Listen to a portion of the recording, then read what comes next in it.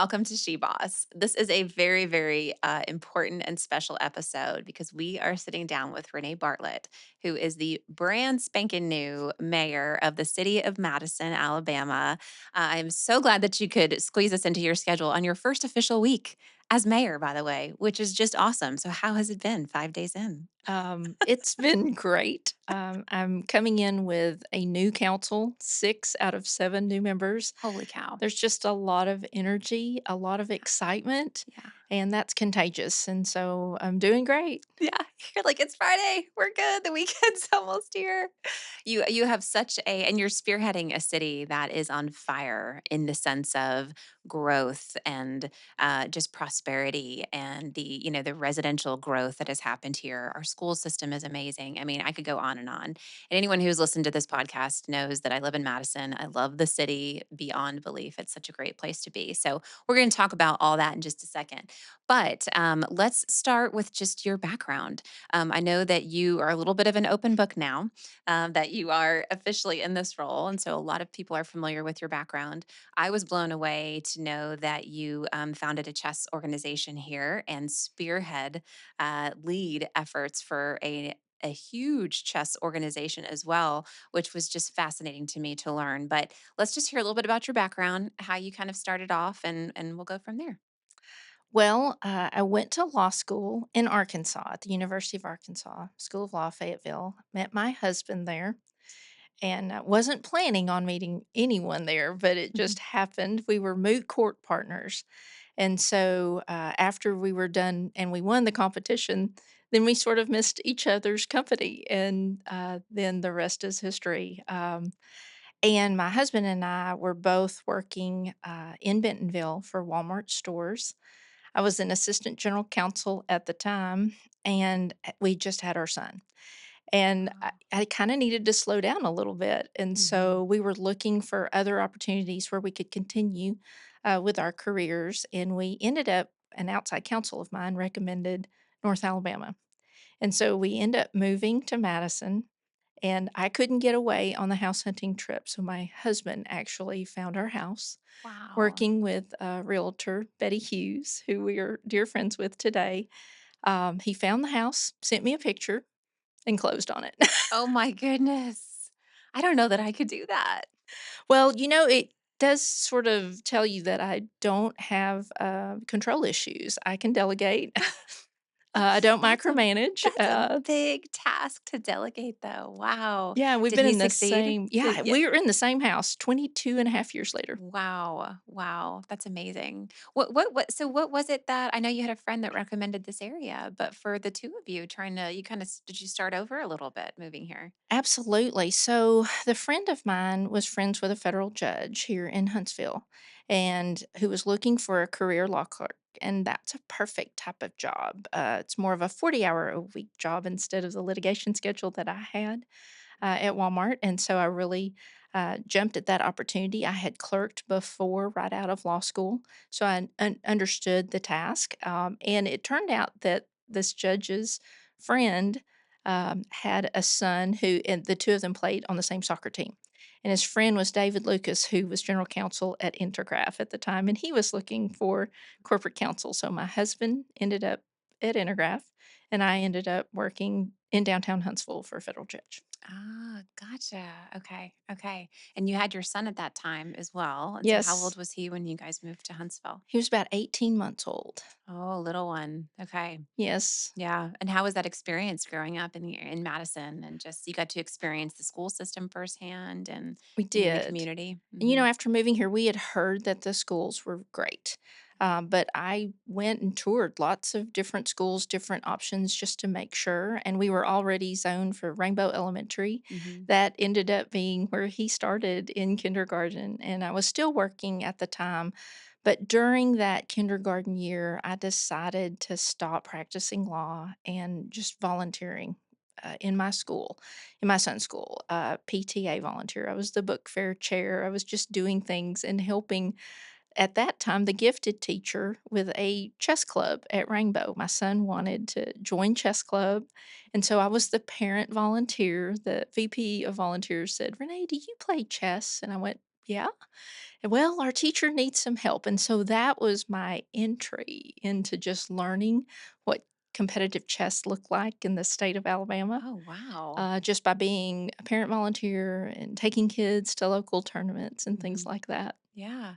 And so did you encourage him to get involved in chess at a young age, or did he sort of find that on his own, or He always tended toward math. And so this was a really strong subject for him. And he just recently graduated with a chemie and math double major. And so when he was 4, I started teaching him how to play. He could wow. learn just basic movement, what the pieces were. By the time he was in 5th grade, he could beat me. And so we Oh had to my get him a gosh. coach to help him continue to compete. Wow. That is insane. That is so he's a bit of a prodigy. He's a very smart young man. Yeah. That is fascinating.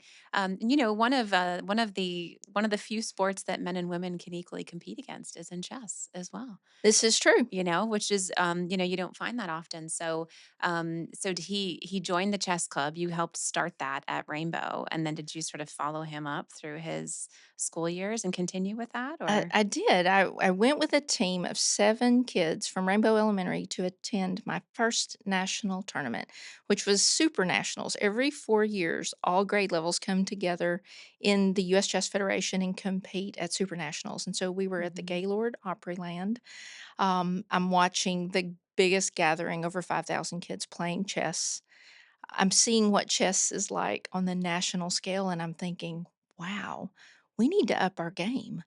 And so I bring back that experience, and I met the leaders of chesskid.com while I was there, and I wanted to bring that program back into our schools. And I became a school board member, and that enabled me to just show the rest of the board and our superintendent what chess can do. And we Mm. started with Rainbow Elementary, but then we began a nonprofit organization, the Madison City Chess League, and we put chess education in every school, Wow. affording every student to get to use the chesskid.com program Mhm. so they could all learn at their own pace. Some play competitively, some play recreationally, Mhm. but we knew that there were academic benefits to Yeah, chess, and yeah, and Madison City schools, they do such a great job of letting kids explore their interests. yeah. And chess was one of the things that we were able to provide in every elementary school, even chess electives in middle school, Hmm. and support high school competitive teams. That's amazing. That is amazing. And then you decided to join the organization. Yeah, so over the You're like, "Well." years, just as a volunteer organizer here at the local level, we gained some national attention because first we had the most girls playing chess in the entire state here in North Alabama. We were just Really? intentional about growing girls because they're so outnumbered. And so if you Mm, talk to girls and ask them, why are you here at this tournament? yeah, They'll tell you, I want to hang out with my friends. yeah. And if you ask boys, it's more about the trophies and the medals, and they don't respond in that same way. And so we knew Mm, that we needed to do more social activities to yeah, keep these chess girls in, yeah. and let them hang out with each other. And we eventually won a national championship. So a team from Discovery Middle School, and this was all right after the COVID pandemic. Our program won a huge grant from US Chess to Wow. support our girls program. And we were going to go to all girls nationals, and then COVID hit. And the tournament was canceled, but we had these funds. And I was doing online chess through Chess Kid and had met a lot of different coaches Mhm, in that process. And so we hired an online coach, a woman's grandmaster mhm. in New Jersey, to help us train our girls during that whole year. They couldn't go Wow. compete, but we wanted them to improve their skills. So we worked with her remotely. And then the following year, we attend our very first all girls nationals in Chicago. And the team from Discovery Middle School in Alabama was the only team not from New York to win their section, and they won under 16. Oh my gosh, that's amazing. That is amazing. That gives me, like, chills just even thinking about it, thinking about how the level of excitement that those students must have had, especially after the year that they were dealt Oh, in yes. response to the pandemic and having their entire social lives just upended, which I mean, it was so hard for everybody, but then to have that at the end of it, is still being Yes. something that they can achieve. What a huge accomplishment that is. And so the National Federation sort of takes note and they're realizing what we're doing. I'm getting involved with the Women's Committee, the Chess and Education Committee, just as a volunteer. And then the opportunity becomes available. There's a vacancy for the executive director position at US Mm, Chess, and I mm, applied for that. wow. And then you served in that role for how long? A little over a year and a half. Okay. So I thought that was my trajectory. That's where I was going to land after my term was over as a Hmm. city council member. And then Mayor Finley announces he's not running again. And my phone blows up. And people are asking me, Renee, are you going to run? And initially I'm thinking, no, I just accepted a position with US Chess. This is what I'm going to be doing. And I was not initially a yes. It took a little time before I Hmm. could commit to doing that. Yeah. So let's switch gears then, and let's talk a little bit about that. You've obviously have played such an influential role behind the scenes with the Madison City School Board in the city of Madison for a long time. I know. I feel like at every chamber event, you're there. You have a doppelganger for sure. Like there's no doubt about that. Someone else is running around. I'm like, how is Renee at everything? But you've been the lifeblood of the community from behind the scenes for such a long time.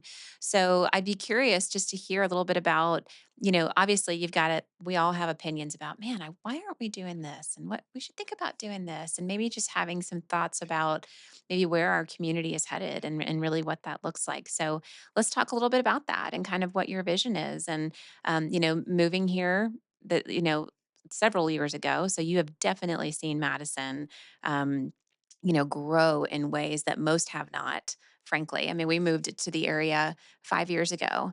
And so, our biggest complaint is all the new stuff on 72 now, right? Not right? And we're on Hmm. county line. So, Oh, okay. I know, so talk a little bit about sort of what you have seen from your perspective, not only as a resident, but someone who is heavily involved in the school system.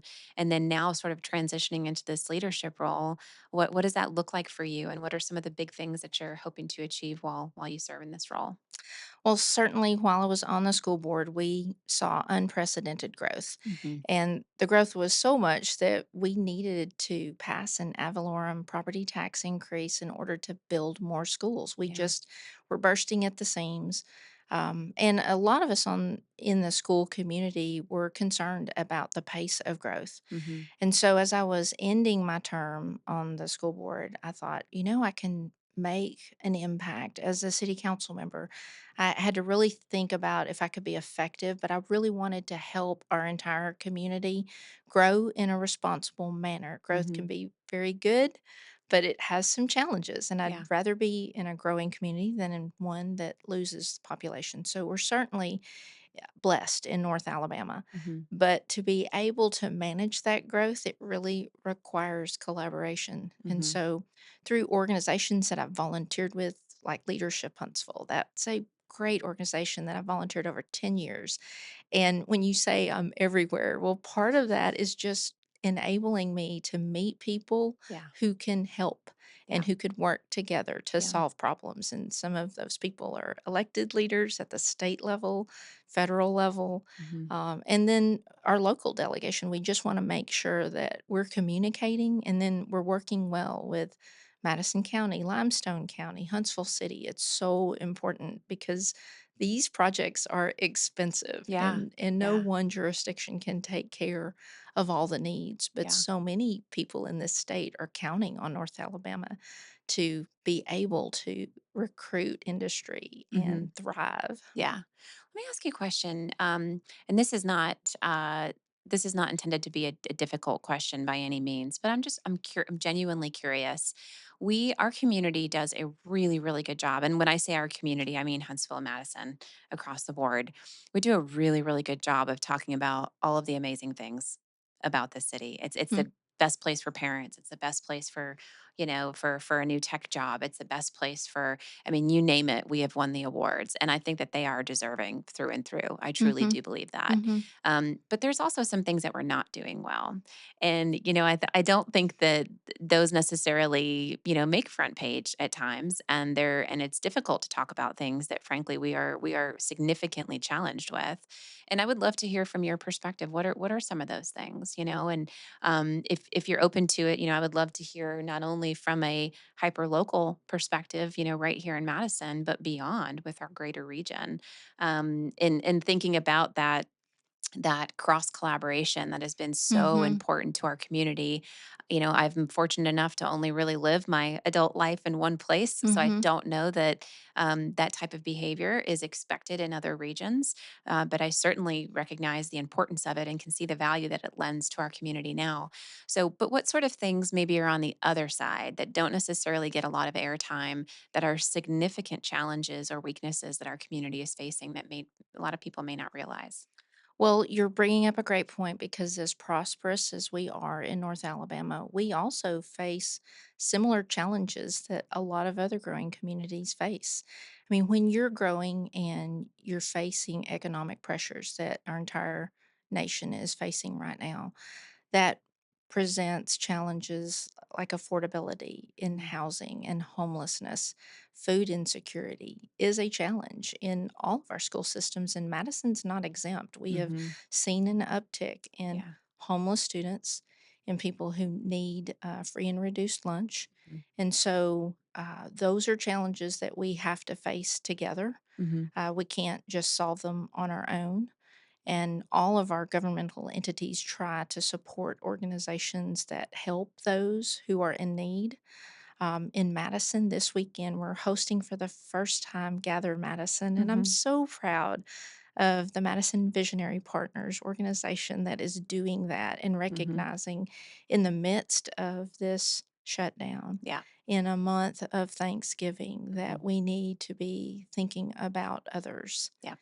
I also think there are opportunities in our community to really organize and communicate with our faith based communities. And so I'm friends with a number of pastors in the city of Madison, and I'd love to gather with them. So, to inform them, to Mhm. communicate with them just about what we're seeing on a governmental level, Yeah. and see how we can join forces to Mhm. help those in need. Yeah. Yeah. Well, and there's such a heavy influence in this region, in that regard. So, I mean, building those relationships and strengthening those ties makes sense, without a doubt, to be able to communicate that. Hmm. So, okay. So, talk a little bit about our school system is something that so many people talk about all the time. And as a parent who has had three kids go through school system in Madison, and has had one and a half go through Huntsville City school system, it was blowing, mind blowing to me to have the difference of experiences from one school district to the next. Not good, not bad, just different, very, very different. And to your point, attending our first freshman orientation at James Clemens was mind blowing as a parent, to see the medical room and I mean, just so many immersive opportunities that our students have a chance to get their heads wrapped around. And I don't want to age myself and sound like, but like when I was in high school, like, man, we just didn't have those types of opportunities. So, what makes Madison City Schools so unique? Besides Ed Nichols at the helm and besides a great school board, but truly though, I mean, what is the uniqueness about the school system in Madison? Because it's, for those that don't know, and I'm sure you know these off the top of your head, but there's so many top tier recognitions for our school system Hmm. across the state, and hold many, many accolades at the very, very top for academic excellence and athletic excellence and so many different things. So what's the magic sauce behind the scenes that, is happening, or just share with us a little bit about how that unfolds exactly? Sure. What's really important in Madison is that we're never satisfied with where we are. So Always we're raising the bar, right? constantly striving Yeah. for excellence, and Yeah. we do celebrate those moments like you said. There are so many things to celebrate, but then we're looking ahead in terms of how we can make things better. Mhm. And it's really important in our city school system that we have those opportunities. Our high schools are just amazing in Yeah. terms of whether you want to go to college, whether you want to go in the armed services, whether you'd like to go to work and have those opportunities to get skills. Mm. We don't tell you one thing is right, all things are right. And it's whatever suits your needs. We're going to Mhm. make sure that we help. And we try to connect with our industries. We want to know what they need because we want to educate our students appropriately. I Mhm. remember when the news came that Blue Origin was coming, and I showed a video to our superintendent at the time. It was Robbie Parker, and it was this incredible video of this launch of a rocket and what you were going to do. And I said, "Hey, what are we doing to prepare our youngest students so that they can go to work here?" And we started an accelerated math program for fifth Mhm. graders because kids were doing amazing things earlier and earlier to inspire them Yeah. to pursue those STEM careers. That's so important. But then when you have Toyota Mazda move in, Mhm. it's really important that we had advanced manufacturing in Yeah. our high schools so that kids could learn that path to a career. And so it's meeting the needs of our students and Mhm. our community constantly refreshing, re energizing, rethinking what do we need to do? So you don't have a stagnant curriculum, Mhm. you don't have a stagnant course offering, but you're constantly trying to improve, Yeah. trying to innovate. Are those business leaders, are they part of helping to mold what that curriculum looks like? Do you have them involved in an advisory capacity in some way? Like how do you get the brains of the Mazda Toyotas of the world embedded into the school system in that capacity? What does that look like? So the school system has a career tech advisory committee, and they do bring in industry leaders to help Okay. advise. That is a key important part. But the other important part is industry allowing our students to have internships.